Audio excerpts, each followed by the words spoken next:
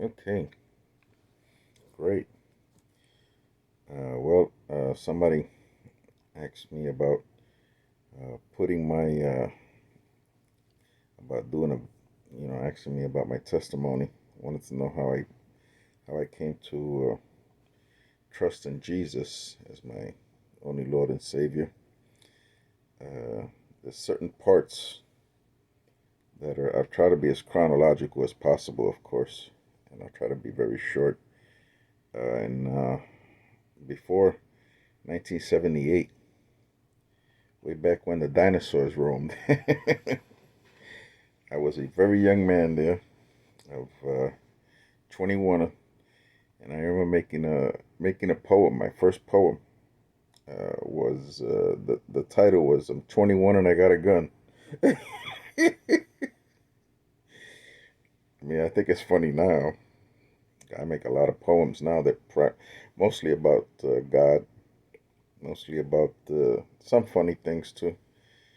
I like to make fun of certain things, the commercialism of Christmas and stuff like that. But 1978 was a very very important year.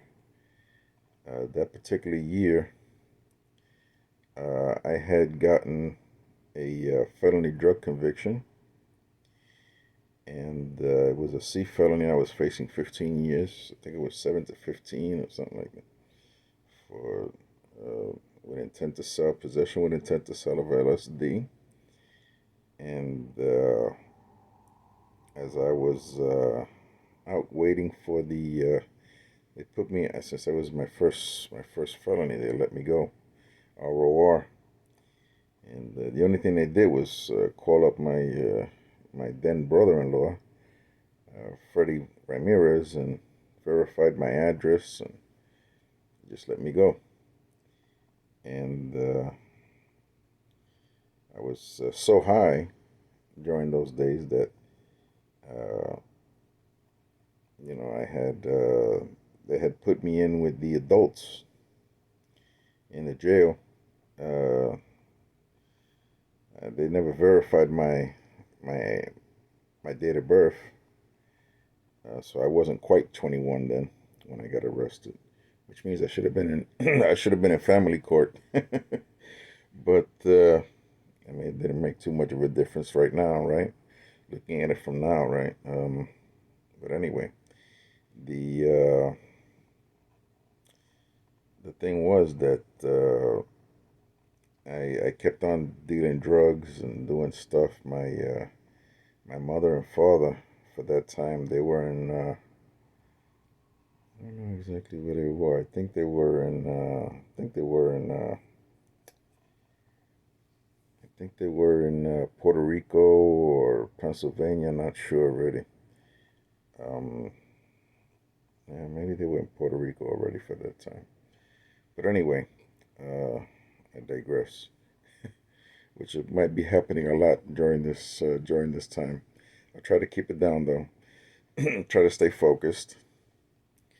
And I remember for 78, I had or around that time, I had a situation with one of the other drug dealers. I had sold him a mixer like the DJs use. I had sold him a mixer, and the mixer was defective. Uh, Somebody had messed it up. Somebody had opened it up and messed around with it, and sure enough, the mixer didn't work. So the drug dealer came to me, and he told me that he wanted his money back, and I had a cut bottle that, and I cut him in the neck. It was nasty cut, nasty cut. I didn't go deep because I had at that time I had these cowboy boots on, and I slipped, and I only got to scratch him a little bit. And sure enough, you know the cut was there. It was pretty big, and in the neck, and I don't know. I would guess I was a pretty violent guy back then. I mean, I remember I used to have a lot of Asians back in Flushing, Queens at that time, and I used to go off on them. You know, I mean, if there was some of them thought they were like Bruce Lee, I guess. they would try, they would try to fight with me, and I wasn't a clean fighter, not at all, not at all. Um, I I thought I was ruling. I thought I was going to be the ruler of that particular park that I sold drugs at, and I know I intimidated people, robbed people, uh, killed people with the drugs that I sold. No doubt about it. That LSD was really something, just to give you an idea, I remember one time I was tripping. I used to live on the sixth floor, 132-40 Sanford Avenue in Flushing, Queens, on the sixth floor. And from there, you could actually see the inside of Old Shea Stadium. So, well, I think it was one time when the Pope was there. They actually had helicopters looking at all the buildings that were there. I guess they were looking at me because I would go up there and smoke my morning weed and do all kind of drugs up there. And I used to like to do drugs and see those airplanes at LaGuardia coming in, and some of the near misses that I would check out over there. But I was on the sixth floor this one time, and I was tripping, and I realized how is it that these people jump out of buildings on that, because right outside of my window, being on the sixth floor, I looked out and I saw a street right outside my window, like right there, like I could just step out and walk on the street. And I looked across the street, and the building, there was a pretty big, I think it was like a sixth floor building, brick building, and it had who knows how many apartments in there, maybe 60, I don't know. And it was like this. The whole building was like waving, waving. And I thought to myself, I said, this is how the people jump you know, out of buildings and stuff. And sure enough, uh, that's what I sold. So, I'm sure I may have been involved in in some of those situations. We used to buy Snoopy's, which was the how do you say, the brand name, I guess, that was then. And I used to move it in hundreds. I used to use a lot of it too. I used it so much that sometimes I didn't even need drugs. I used to just get on the 7 train going from Flushing, Queens to downtown Manhattan, 42nd Street, where all the movies were at that time. 42nd Street just had X-rated movies and kung fu movies, and every single movie you wanted to see was out there. And really, snuff movies, it was crazy. They had like anything you wanted to see, you could see it there. And it was really something back then. It's not like it is now. Now it's like totally sanctified over there. It's did I say sanctified? Maybe sanitized is the better word. I don't know. So it was something with an S, but I don't want to. I don't want to say it. It was pretty bad, man. But by the time I used to just put my head back, and it seems like the vibrating of the train, the vibration of the train would keep on vibrating. By the time I got to 42nd Street, I was tripping again. You know, just by that one, I used to just put my head back on the train, and it would be like vibrating, going down the track, stopping at every stop, and by the time I got to 42nd Street, uh, it would be like that, and the how do you say, the strange thing about it is that well, like I said, I used to just do that, and it just kept on, happening like that. I know now that that wasn't the best thing to do. Sometimes I would mix it with cocaine or whatever, and so I know, and I used to do heroin too. I never shot it up, but I used to like to snort it, and I did just about every single drug. Frontier's fiber optic internet is here with upload speeds 25 times. Sheesh, I need to let's stop this thing here. The commercial Faster came than out. cable for only $49.99 per month. Let me turn this off. Turn off the volume. There we go. Where there's a will, there's a way, right? You gotta love these things that come out on YouTube. You know, there was once a time I would be watching YouTube. Sometimes I would leave it on, go to sleep. Middle of the night, all you see is all I start hearing is Adolf Hitler doing his speech. You know, after a couple of hours of leaving YouTube on, I don't know if they do that anymore. But I don't know why they would actually have those speeches on there. What the heck? That was strange, But anyway, going back to the situation, I had cut this guy, so I had to, I had to do, uh, I had to do some time because of that. It was assault with a deadly weapon. Deadly weapon being the bottle, the, and I had at that time I went to Teen Challenge. I got into Teen Challenge. I remember it was '79. That was just before Reagan took office, and actually I started a little bit before that. I started going to this Nazarene church out there in Flushing, New York, and I accepted Jesus.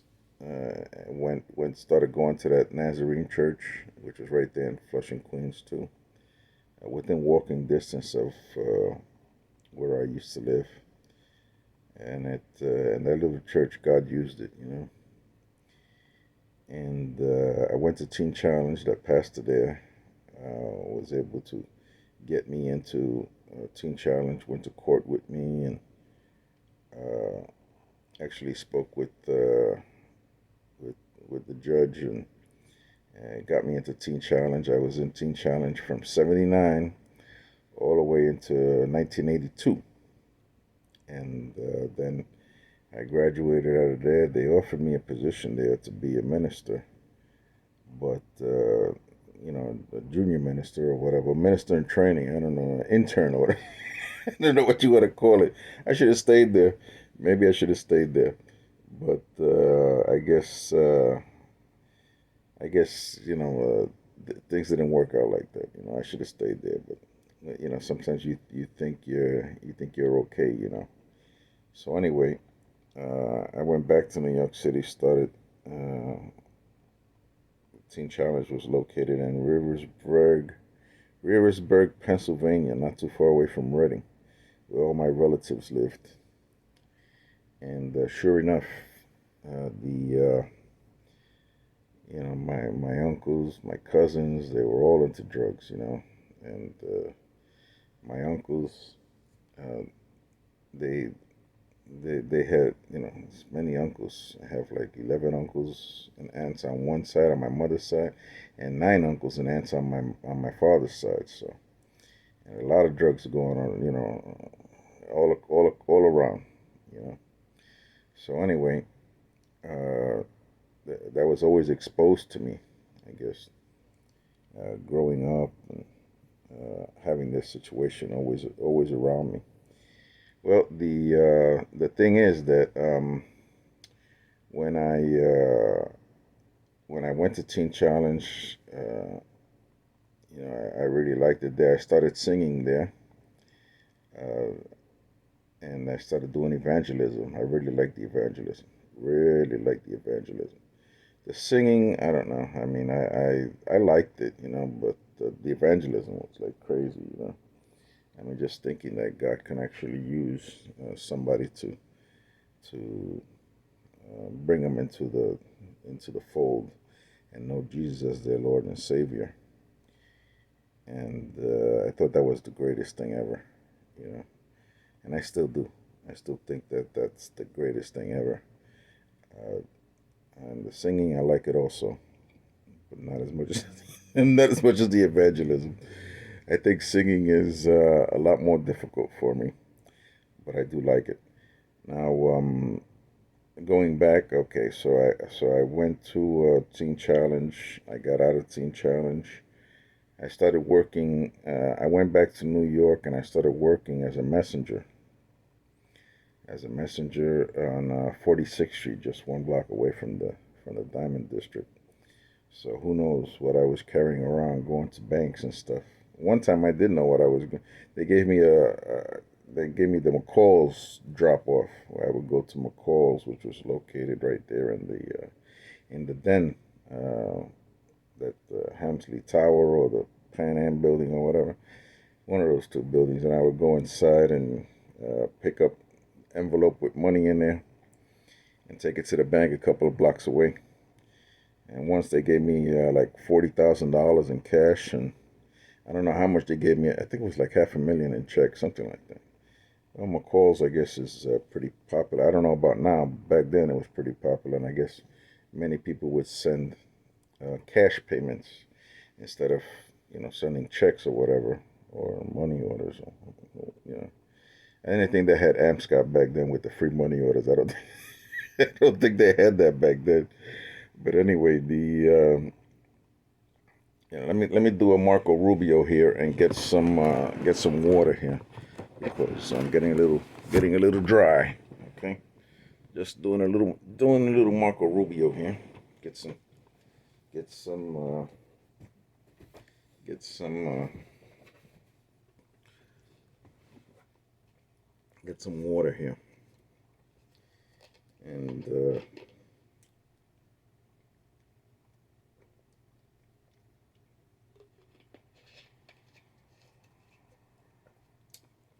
Also, I guess during these times, I always experimented.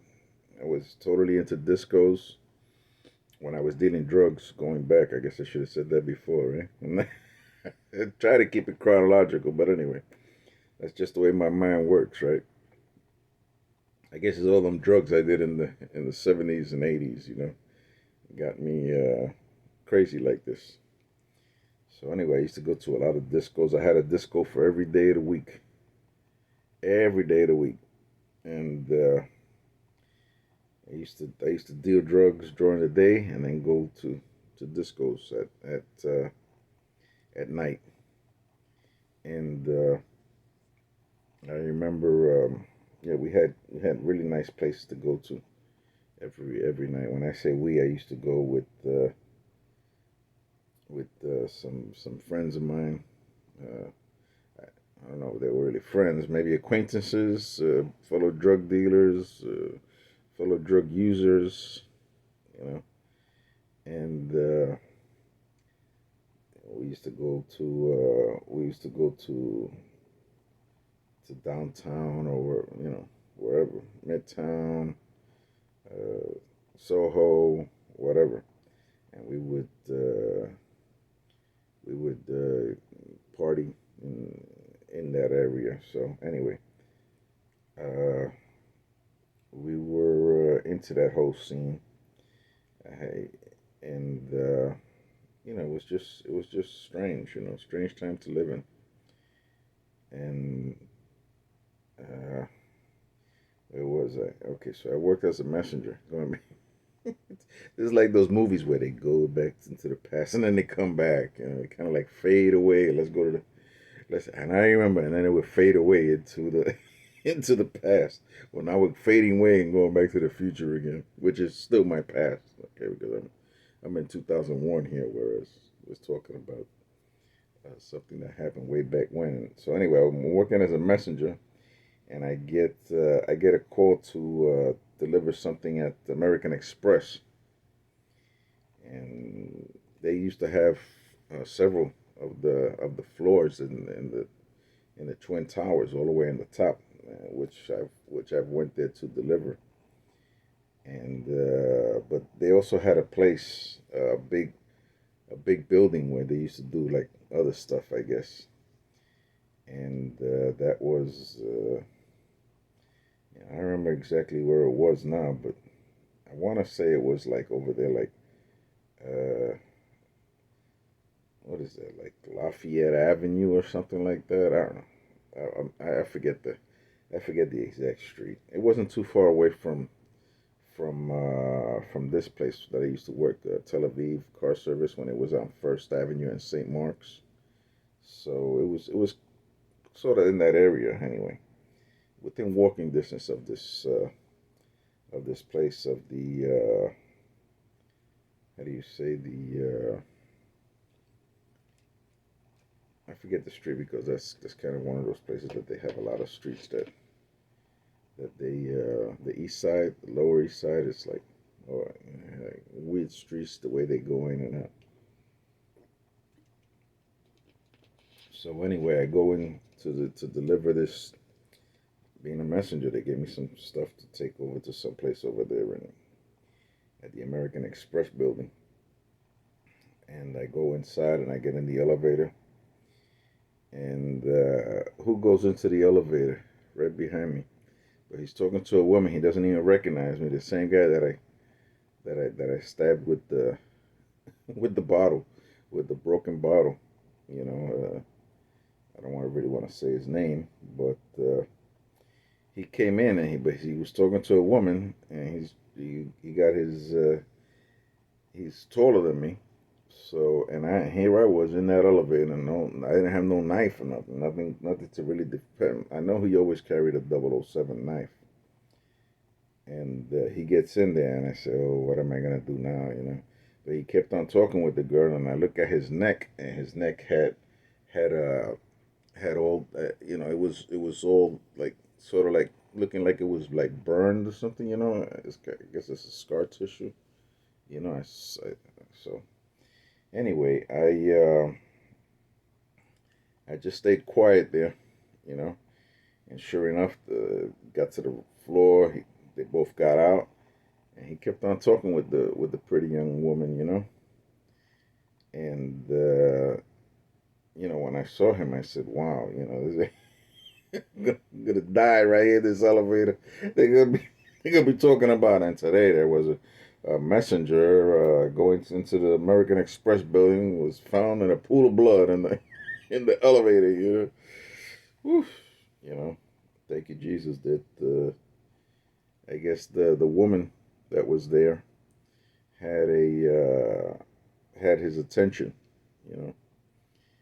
And sure enough, um, you know, it's just strange, but yeah, the that's the way that went down. That was the last time I saw him. I don't know what he's doing now, you know. But who knows? Maybe I'll go back to Flushing, Queens, and hang out there and talk to people there. It would kind of be nice for me to go over there and share the gospel of Jesus Christ with anybody that I might find there that I knew so many years ago. And it seems like there's always people that just hang out at certain places, you know, because it's, you know, these you have powers and these principalities that you know, hang out in certain areas, you know. And I think people like to hang out in certain areas too, you know. I mean, even the Canaanites, when they heard that, and all these other people, Jericho inhabitants and all these other people, when they heard that Israel was coming, they had a choice to leave, but they didn't. You know, it's because usually, I guess some people are, you know, very emotionally attached to where they're living at. You know, and it feels safe for them, so they stay there instead of moving out, knowing that they were in the wrong spot. They were in the promised land. That was already how do you say, that no vacancy sign there was placed there by the management, that management being God. They should have just left. You know, either that or do like Rahab and help Israel out. You know, and become an Israelite. Get merged into the family of God. But going back to my situation here, I had come out of Teen Challenge, and this was 82, January of 82. That's when I graduated. I started working at WedTech. I don't know if you remember WedTech. WedTech, they had like several defense contracts. You know, they were making money. They were making money, and they had that whole scandal where the congressman was taking money from WedTech, I believe it was, or I don't know exactly how the whole thing went down, but the congressman ended up, I think he ended up in jail, and the factory went down. You know, they never returned. You know, they lost their contracts or whatever, and it's a big scandal. But anyway, after that, uh, I went back into drugs. Could you imagine that after all that time going back into drugs? And sure enough, I started going into heavy stuff again, the LSD and the cocaine. And I started dealing cocaine and dealing the LSD, whatever I could get my hands on, you know. But primarily it was those two things. And pot, there was always a lot of pot